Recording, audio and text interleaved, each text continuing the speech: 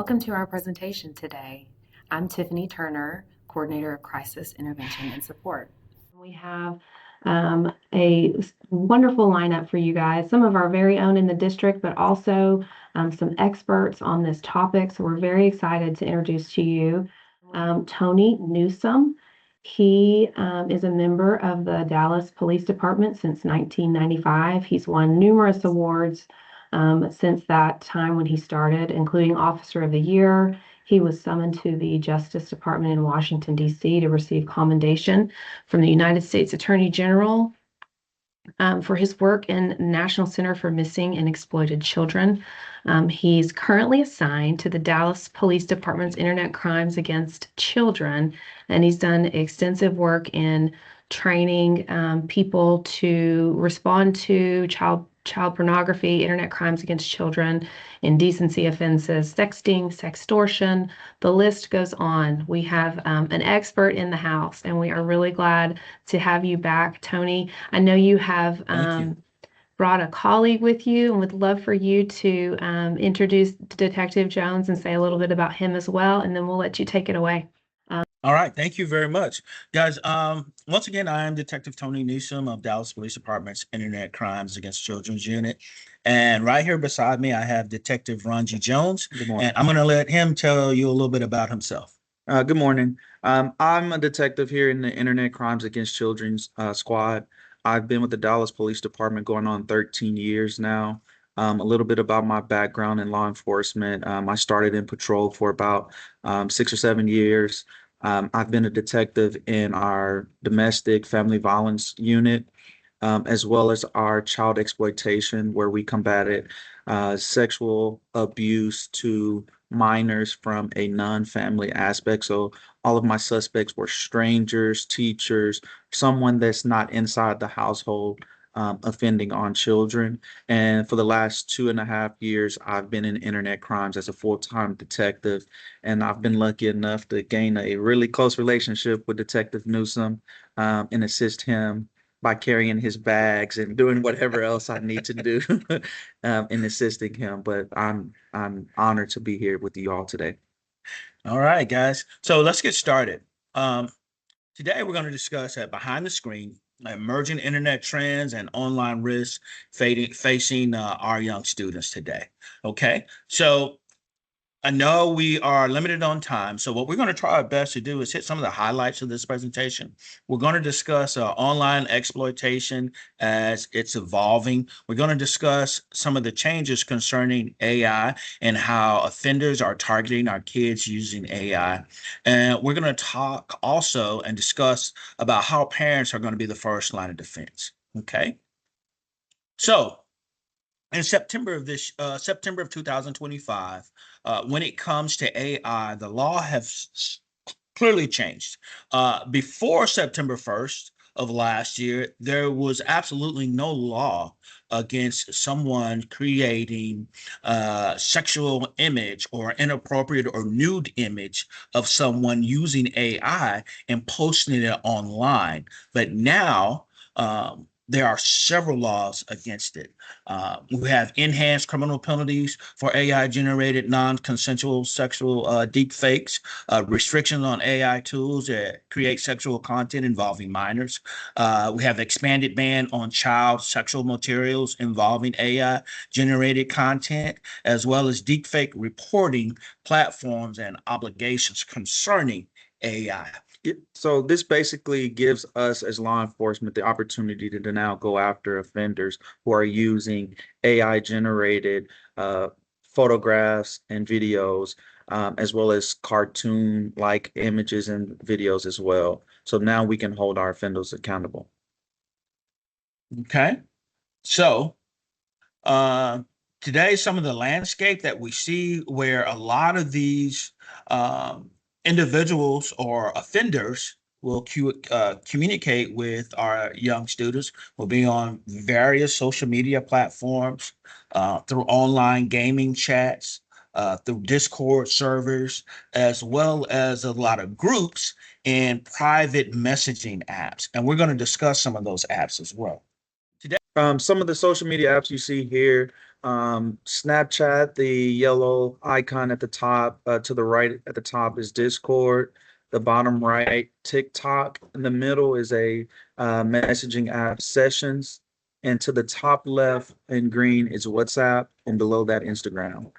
So we go over a lot of social media apps, as well as some of the encrypted end-to-end encrypted messaging apps that a lot of offenders will try to move children over to continue messaging where they think that this is a secret app that no one will be able to recover these messages and that it's all done in secrecy or privacy. Right. And we see here where we have Discord. There is a group known as 764. 764 is a group of offenders that will reach out to young men and women through the Discord platform. And I always try to make sure that when I conduct student presentations that I inform kids that if you are on Discord and you are communicating with anyone who has a profile name with 764 listed, that is someone that you want to stay away from. And the reason why is this: 764 is a group that have been exploiting young men and women online. Uh, they will utilize your photos to exploit you through sextortion.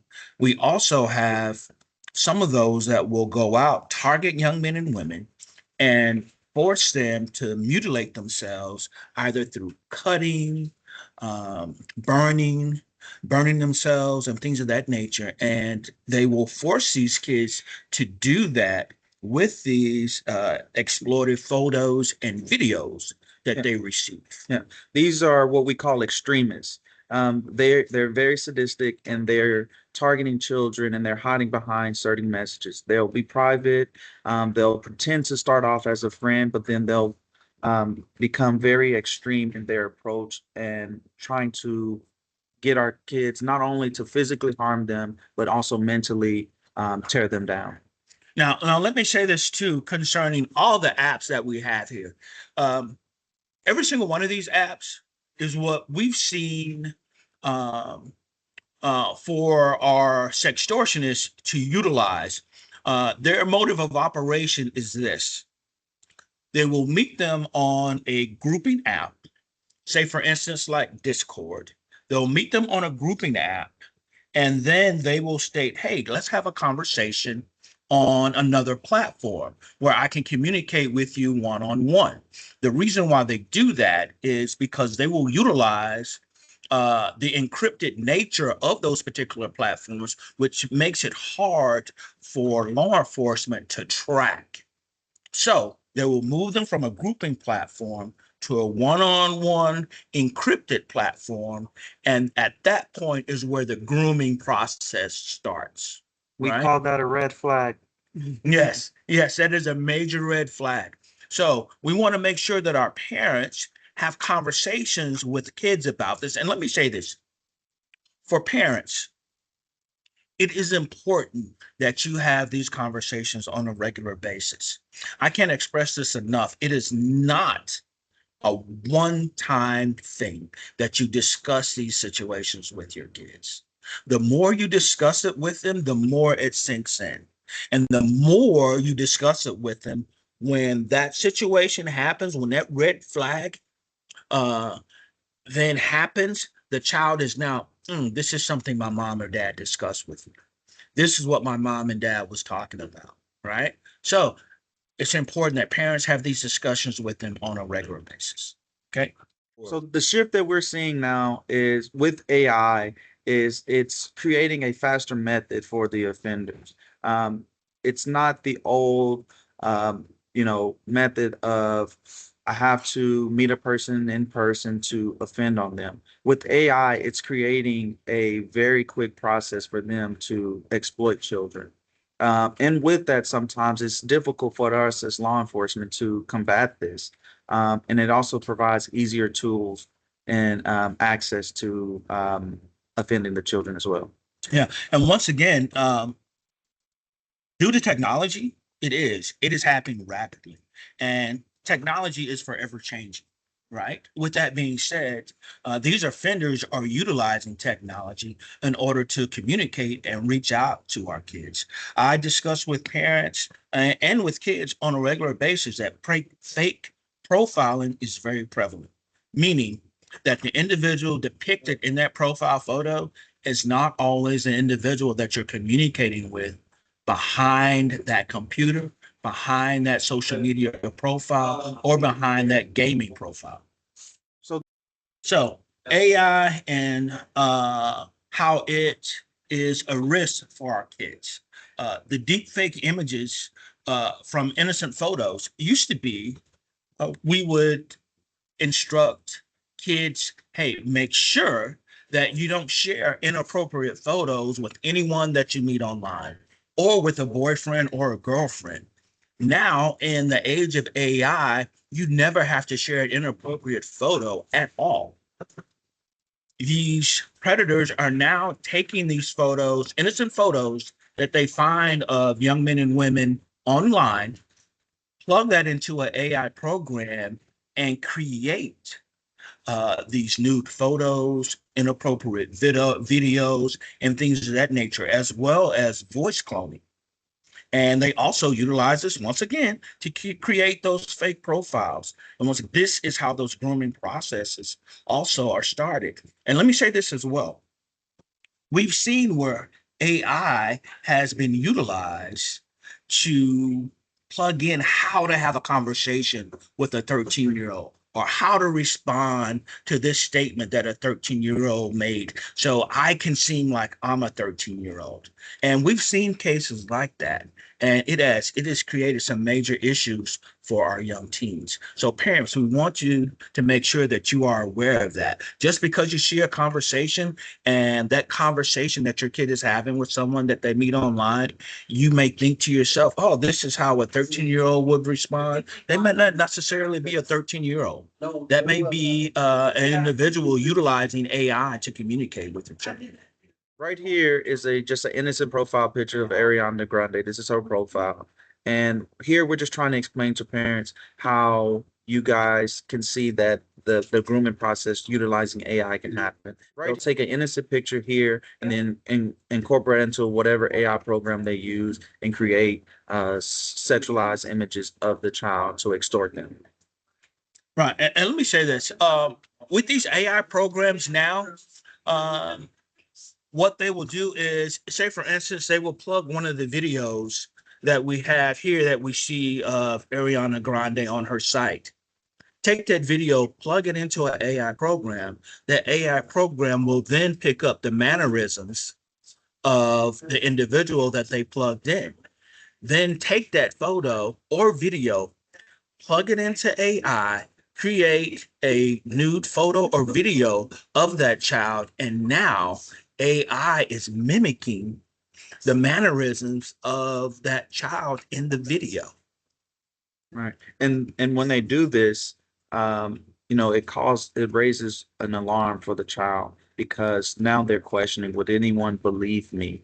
These appear to be videos of me doing these things. How can I explain myself to someone?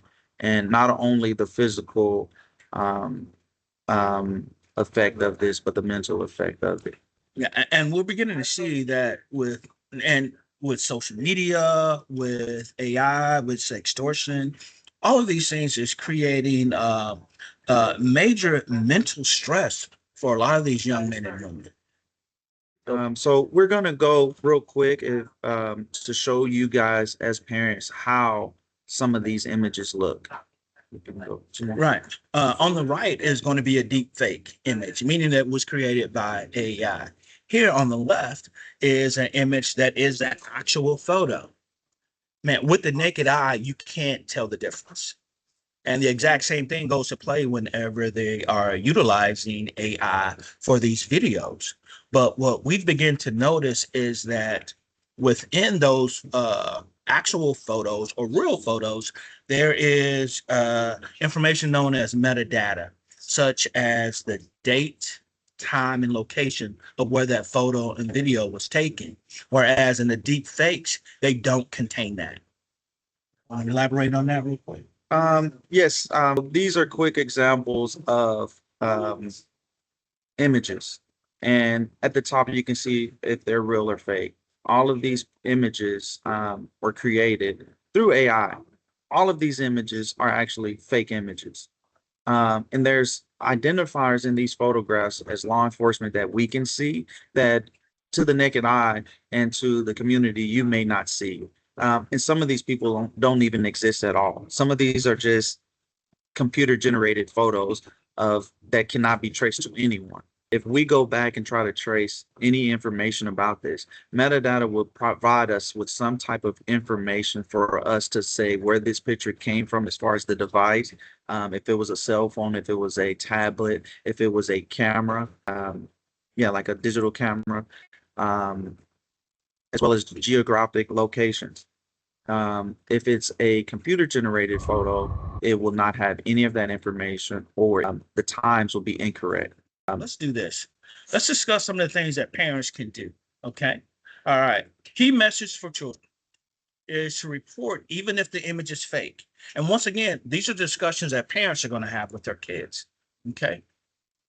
Let them know that, hey, when you present this to me, you're not in trouble, but we just want to know this is happening so we can help and assist you. All right. Now, at first, when this thing started, we saw that they were posting for money and images. But when young men are being targeted in these situations, they are looking for money, right? And right now, we have a rise of sextortion cases happening with middle schooler and high school males, right? Initially, for young ladies, they were targeting them for photos, for videos, or sexual favors.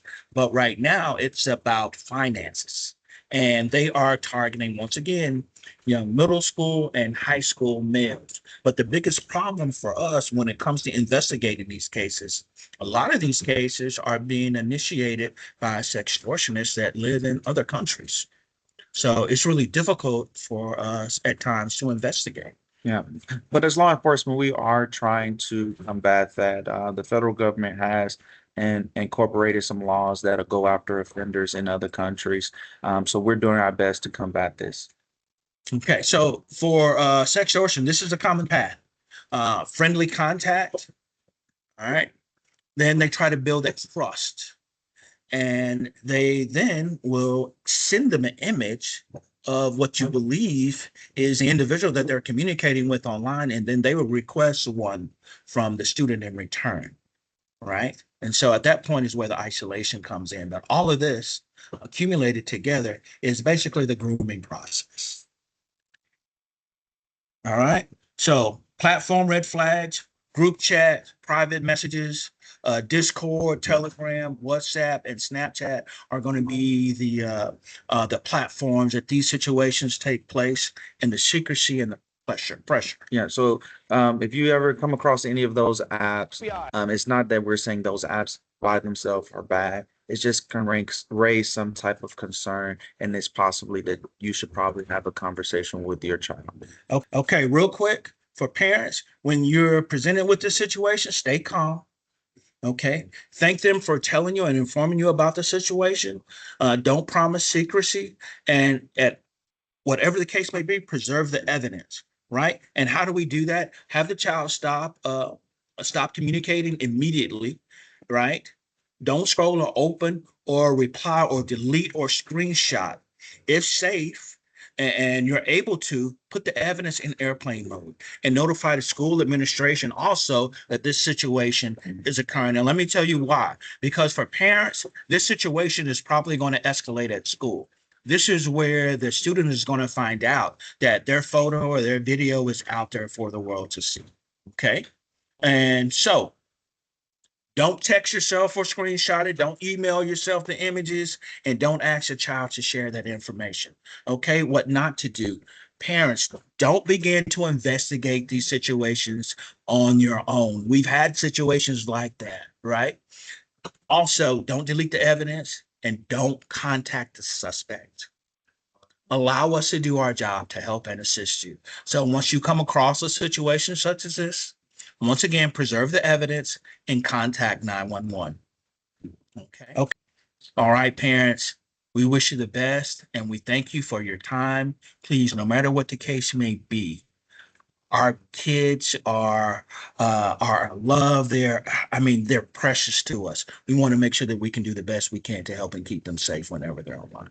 Thank you.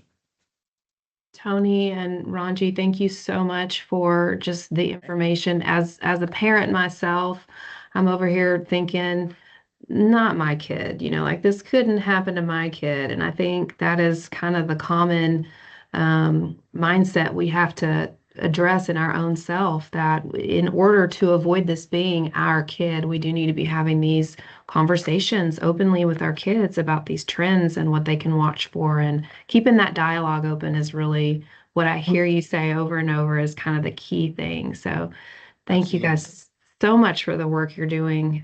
So valuable.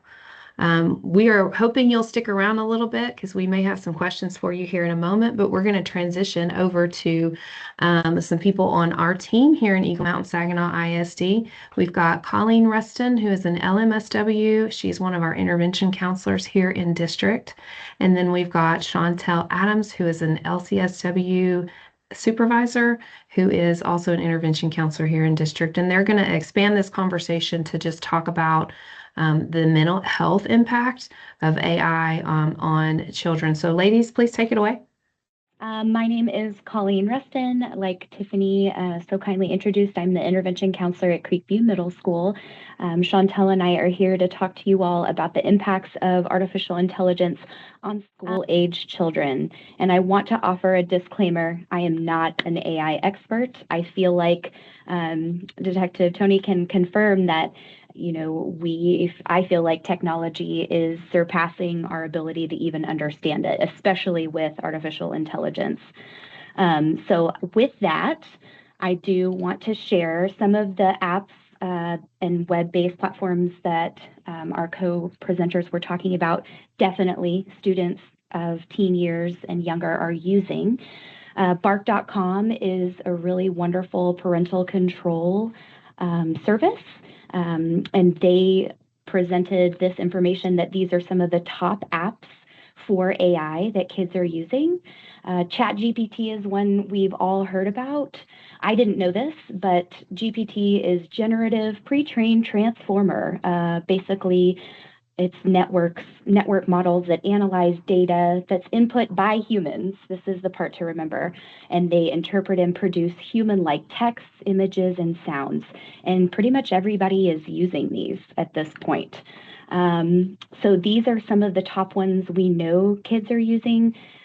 A lot of these do have some filtering, but there have been researchers, adults, and kids that have tricked these bots into having inappropriate conversations anyways. Character AI to me is particularly scary. It is a conversational or companion app or AI platform, and we'll kind of touch on that too, where you can have a text conversation with any fictional character or celebrity. If you wanted to create a character to talk to that's based on SpongeBob SquarePants, you can do that. And then you can also create and make your own characters and make them public for other people to chat with. This is really worrying. There has been known instances where people have created examples of characters like a toxic boyfriend to chat with. And while the app is supposed to have filtering, they're not foolproof. And so kids are still encountering inappropriate content with these character and AI companions. There's also a risk of kids relying on these bot conversations to get emotional support instead of going to those real life connections with parents and peers and other folks. To me, the My AI Snapchat is a companion AI app that's built right into Snapchat. This is pretty risky. There's warnings that it can give responses, like all AI, that can be biased, incorrect, harmful, or misleading. And kids can use it to ask harmless questions, but there's just not enough of those guardrails built in. And this is concerning because within the app, The My AI character or companion is a friend that you never added. It's actually like at the top of your friend list, even though you never added it, which is concerning. Gemini is another top used app. This is Google's version of ChatGPT. Google, they kind of got into a little bit of trouble legally, and we'll kind of get into that a little bit later. But there are these concerns that it is risky for students to use. There's a link, it's kind of roped into Family Link, and kids can still ask questions that you can get inappropriate results, things of that nature. School Hack is a chatbot that helps students with their homework. And a lot of times that's what we're seeing is that kids are going to AI to ask questions about homework, and then they're kind of using it just as a way to connect. So School Hack is concerning. It's kind of an open chat. You can connect with other users that are also using that AI companion. And then you can send, it also has a direct link that it encourages kids to connect with through Discord server. And our co-presenters talked about Discord as well. But it basically gives kids another platform and encourages them to connect on this Discord platform where you can interact with strangers. So, and it's not all bad. I do want to say that we are using it and learning it as a tool. It is a multi-billion-dollar industry, and there's not really a whole lot of federal oversight. Some states have passed some laws to put some things in place and protections, but as it's developing, we're kind of learning as we go with that.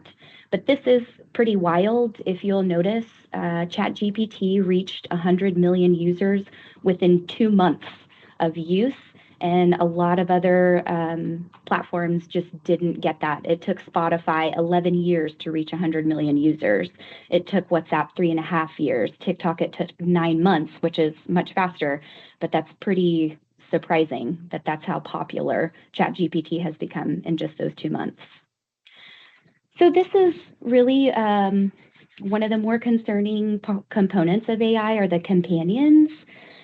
Basically, it's an AI companion. Their purpose is to meet user social needs and be a companion, provide romantic support, and it's for entertainment. They really use human-like features, and there was a upgrade, I think, last year with ChatGPT, which is owned by OpenAI, that made the AI companions more sycophantic. That means that they are complimentary, validating, and kind of reinforce any kind of emotions that you're putting in, which makes sense on why teens would use these for that connection and acceptance. This is an example. So commonsensemedia.org is a pretty wonderful organization. They did a study, they published a report last year on AI. They did a bunch of research, and it was pretty concerning. They had researchers pose as teens and tried several of these AI companions. And each one they tried, they were able to bypass any guardrails and get really concerning information and inappropriate dialogue about topics like sex, self-harm, violence toward others, drug use, and racial stereotypes. This is one example I used. There are a lot more concerning examples that I saw, but you can see here in this chat example that the researcher said, I talk to you too much. And then this AI companion is saying, is reinforcing that and just being there for that person and not encouraging other more healthy communication. So these are some examples. We already talked about a couple of them. Again, I've never heard of some of these things. Character AI is one, Nomi, and Replica. There was another example too where the researcher was asking how to make napalm, and the bot essentially gave it the instructions, which is pretty alarming. But it's not all bad news. I want to highlight too here that in the research, it was found that 80% of companion users are still spending more time with real world friends than with just the AI companions. But it is concerning that the majority of teens have used AI companions at least once, and a lot of them are going to it more regularly. So with those AI companions, something we encounter is what's called anthropomorphism. That kind of refers to we're essentially attributing human traits to AI, and we are acting like they are, and they're really not. There's also interesting like degrees of anthropomorphism with AI companionship, and the strongest one is actually the companionship component, where it refers to relying on AI companions as an emotional being capable of sustaining a human-like relationship. And because these companion bots are computers, they can remember every single conversation you've ever had, which is not very human. But it seems that way to a kid who may be isolated or lonely. But yes, we do know that users report that AI companions help alleviate loneliness without fear of judgment, because you're kind of in a silo just talking to a robot, essentially. Great. So I'm going to continue kind of talking about some high-profile cases and lawsuits that have been brought attention to the risk of AI chatbots and interacting with minors. Reports describe teens who shared suicidal thoughts with AI systems that allegedly these systems did not provide crisis resources, or in some instances discouraged other teens for seeking outside help. These claims of inappropriate and harmful chatbot interactions with young users have created legal action against major AI companies, and there's settlements happening. There have been settlements that have been reached within the 25 and 26 year due to the negligence of these AI systems that are being used. And so it's important to be mindful when children are seeking mental health or emotional connection from a chatbot, that these things do not have, the systems do not have those human feelings or interactions, but a lot of our teens are sometimes seeking AI systems for that companionship. You can go to the next page. The teen brain is clearly still developing, especially in judgment, impulse control, and understanding long-term consequences. So with 24/7 access to technology, teens can become overly reliant on AI, which is designed to be engaging and instantly that instant reward that teens are seeking these days. So it is very important to not replace human interaction for AI chatbot systems and programmings. According to Common Sense Media, social AI companions may fail to recognize crisis situations. They can possibly reinforce harmful thoughts and encourage risky or dangerous decisions for teenagers. Because they are built to agree with the users, they can worsen mental health challenges and provide harmful guidance without understanding real-world consequences. And so it is important that we understand that teenagers' brains are still developing. And I liked the diagram that we have here, where it talks about the ages of a 5-year-old brain, preteen brain, teen brain, and a 20-year-old brain. It just kind of demonstrates the development over the years, and how sometimes not having as much human interaction does affect that. And I think we're still very new into technology, and so we don't really quite understand those long-term potential consequences. And so not that these systems are dangerous and we should stay away from it forever, but they are supplemental, and to not replace human interaction and contact and conversation. Next slide.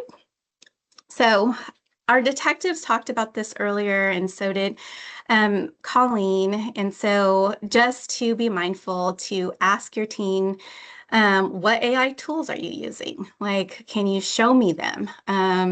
Help them to understand that these are program responses and they are not genuine relationships. This is a system, not another human. Encourage face-to-face interactions and ensure that the AI systems are supplemental, not to replace human connection.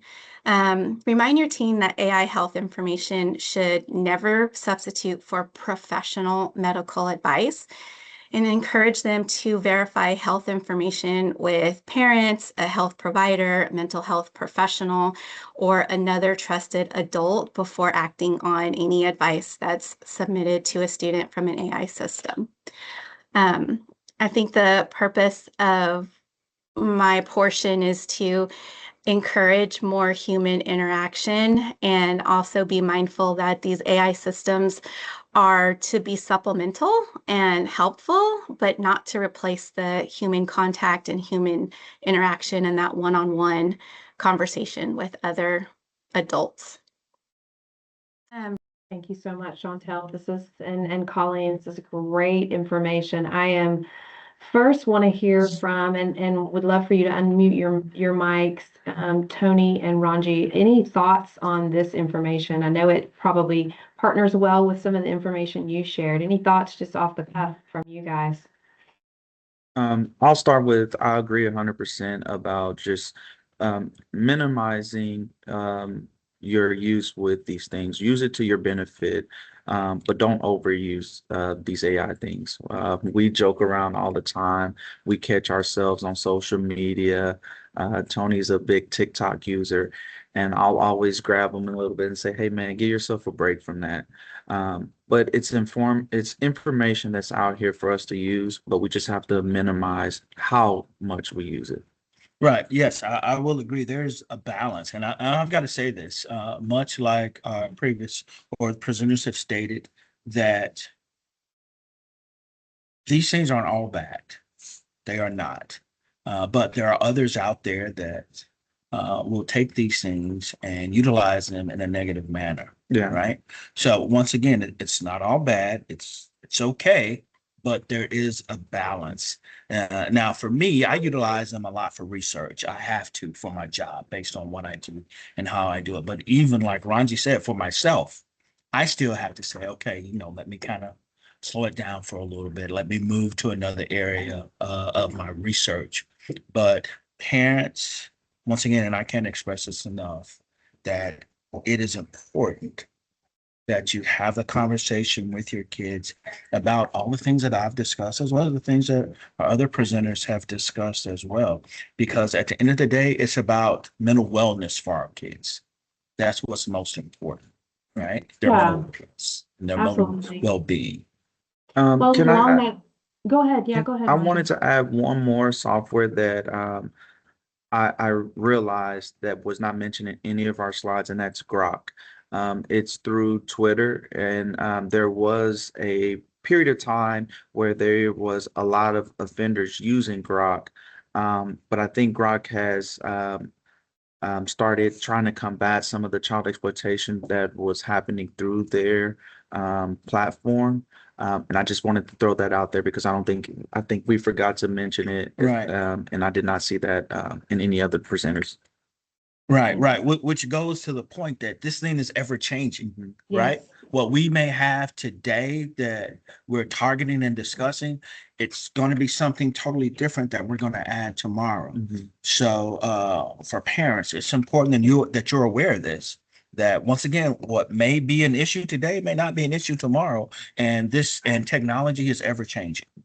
Yeah, and I think I love that you said that because I think as a parent, it can be overwhelming that, oh my goodness, I need to stay on top. I need to know the next app. And again, I think through the thread of most of what the presenters have said today is really the key ingredient is be aware, have awareness, educate yourself for sure, but have conversations, figure out ways to connect kids who may be struggling with some loneliness. or they're disconnected somewhere, find ways to connect them. And so I would love to hear from any of the presenters, just ideas to have how to do that, how to kind of connect them to protect them. Okay. For me, what we always suggest is that if there's an issue that parents are aware of that's happening at school, no matter what the case may be concerning the internet, the opportunity for you to have a conversation. If you are sitting down with your kids and you're watching a movie or watching the news, and there's a situation that comes about with something concerning the internet, that's an opportunity to have a conversation. And you can basically pick any opportunity to open it up and discuss it with your kids. Once again, the more you have that discussion with them, the more comfortable your kids are going to feel with approaching you when they have an issue that occurs online. Yeah, and my Absolutely. thoughts will be join them. A lot of times we've seen parents like shy away from playing video games, getting on social media, because of whatever their views are about certain social media platforms. But I believe in joining them. I believe in, if it's apps out there that my kids are using, finding out about it through my child and then doing my own research. So like Roblox, Fortnite. I'm not a gamer at all, but I game with my kids to try to Mm, stay informed with them. And then once I do that, I'll go to YouTube or TikTok to do my own research, and that way I can set up parental controls for them. I Yeah, love I that. So agree. enter their world and get in there, and so you know what they're doing, and as a way to connect. And I think expanding that even to think about how do we connect our kids socially too, getting them involved in clubs, extracurriculars, helping them to find their thing, any way that we can kind of combat that loneliness, that is sort of the need underneath, which is driving some of these behaviors too. I did have another question. Um, the ladies mentioned Bark as an option for sort of a software that could protect and catch some things. Are there any other that you all are aware of that can be helpful? I want to co-sign Bark. Okay. We actually use Bark in a lot of our presentation. I love Bark, not only as a parental control, like an application, but also for information to do research. On Bark, you can go in and plug, and it will educate you about social media platforms, video games, movies, and give you ratings about those applications, movies, books, and things like that. So Bark for me is probably my number one, but Top. there's so many Right. out there. Yeah. Every year, Bark always finishes at least within the top five of parental guidance apps that are out there. But you have Family Keeper, you have Aura, Custodio, which is both English and Spanish. Life Yeah, 360. Live 360. Now, Live 360 doesn't necessarily finish in the top five, but it finishes in the top five for me. Um, I had my son when he was in high school. We utilized Live 360 not only just to keep up with some of the things that he was doing online, but it would also track his speed because he was just getting his car and learning how to drive. So I could track his speed, how fast he was going, and things of that nature. I'm sure he loves So that. yeah, so Live 360 is a great app to utilize. And I tell you, as an investigator, I was rather sneaky about putting it on his phone without his knowledge and hiding the app. Kids don't have a right to privacy until they're 18 Absolutely, paying their own absolutely. bills, right? So Well, that's another well, way to protect them. well, let me say this.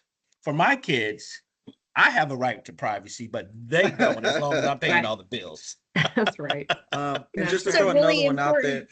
another one that a lot of times we don't think about is Apple, as well as Android, have great parental controls already built into the devices themselves. Okay. Yeah, you just have to know how to use them. And I always instruct parents, if there's something that you don't know that you're trying to figure it out, just like we utilize this app when we're trying to repair something at home, YouTube is a great resource.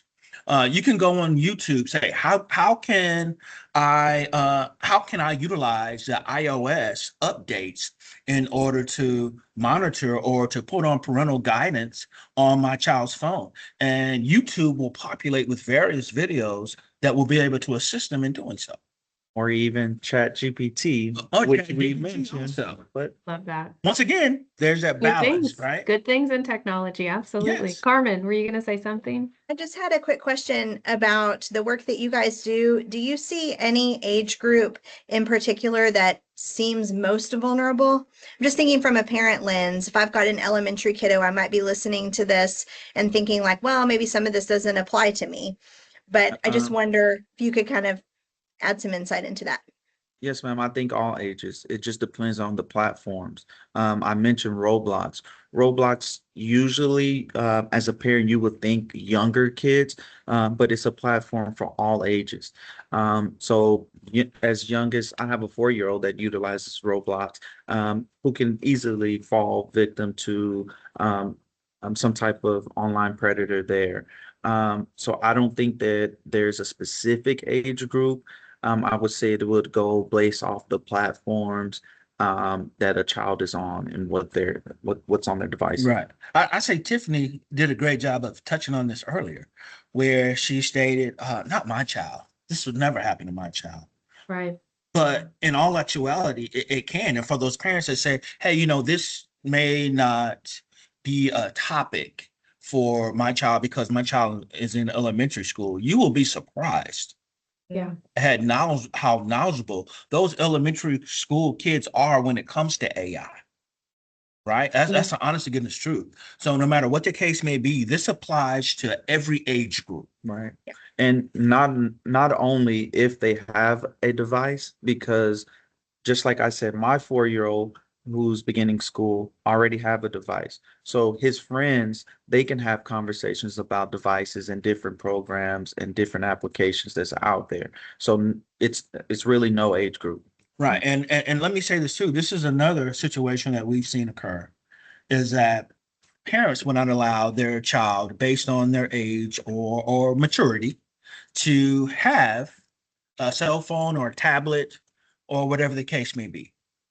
But that child will go to school and utilize his friend's phone and set up an account on his friend's phone and begin to communicate with individuals online. We've seen situations of that nature happen as well. So parents need to be well aware of that is happening. Yeah. I have a question for Chantel and Colleen, if you could speak to this. One of the things I think we're seeing with AI is the teens reaching out for sort of like therapeutic advice, therapeutic support. Can you speak to how the difference between AI and a therapist, and is there value in going ahead and maybe sticking with a real person? Can you speak to that just a little bit? Yeah, I mean, I definitely looked at some of those things because there are therapy chatbots that are out there. It's really interesting if you actually try and ask an AI now, they're saying, oh, we are not a replacement for actual medical advice. And some of them do have those automatic responses, but some do not.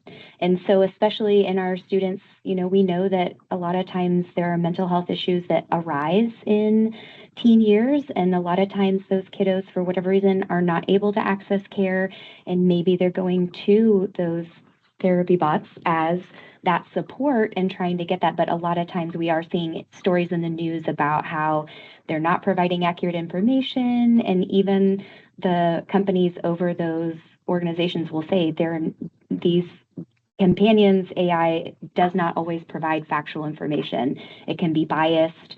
And so it's not going to be one of those options, and it's not a replacement for an actual mental health provider. Is it okay too if I circle back to some of the parental controls? Sure. We I think did. Chantel has a comment. Oh, you want to Yeah. go? I was just going to say, kind of reading a few things, that these AI bots are meant to be agreeable with the individual. So they don't really go against what you don't want them to say. And that's what makes them more likable. It feels more sociable because they're agreeing with how I feel and validating and all of the things. And, I think just more recently, because of lawsuits that are coming, that these programs and systems are starting to try to put in crisis support help, but it obviously there's been some tragic situations that have happened in order for some of these systems to get put in place, but not all of them are up to par. And so it is very important that children, families, humans, that we are not completely like trusting in these bots, because they don't have feelings. They are not human. They don't feel sad. They don't get excited. They're not happy. It may read and appear that way, but remember, these are systems, not humans, and they don't share those same emotions as we do. And so, and not all of the information is accurate that is being responsive or typed back to the families or students. So Thank you. I just wanted to share that. Colleen, you had another comment about parental controls, and then we'll take any final comments and wrap up. Yeah, I did. We have listed on the final slide, what can you do? There are some kid-safe AI chatbots that have parental controls built into those systems, and there are some examples listed. With parental controls, sometimes cost can be a barrier for families. Bark is a subscription-based option, but they do offer a 7-day, I don't work for them, but they offer a 7-day free trial to help you monitor. And the ones that we talked about too, Custodio offers a free version, and Google Family Link is built right in to your Android devices. So those are also options for parents to utilize, especially if you're not having those conversations or you're uncomfortable with the technology. And one thing I do, with those conversations, we know teens a lot of times will isolate and they, push away from parents. But I do think it's super important. They still need that love and support and connection. And one of the easiest ways, if you have the time to do it, is have family dinner every night. Have dinner together. Talk about your day. Talk about what they're seeing. Talk about what they're looking at, what their friends are doing. Like we've all kind of touched on, it's just one of the best ways to have that open dialogue. And it kind of gives you that built-in routine that we all need. Tony and Ron, any final comment from you guys? Yes, I want to thank Colin and Chantel. You guys have given us some information that we're definitely going to take and utilize. We really appreciate it, guys. Thank you. Great information. And Tiffany, thank you guys for bringing us together. Thanks for Carmen, coming out April, again. thank you guys. We Yes, got your information. We'll be seeing you again. So thank y'all very much. Great discussion, great information. Parents, we hope that you have listened to this long and you also agree and share this information with your colleagues, with your friends. We want to get the word out. So thanks again, guys. Until next time.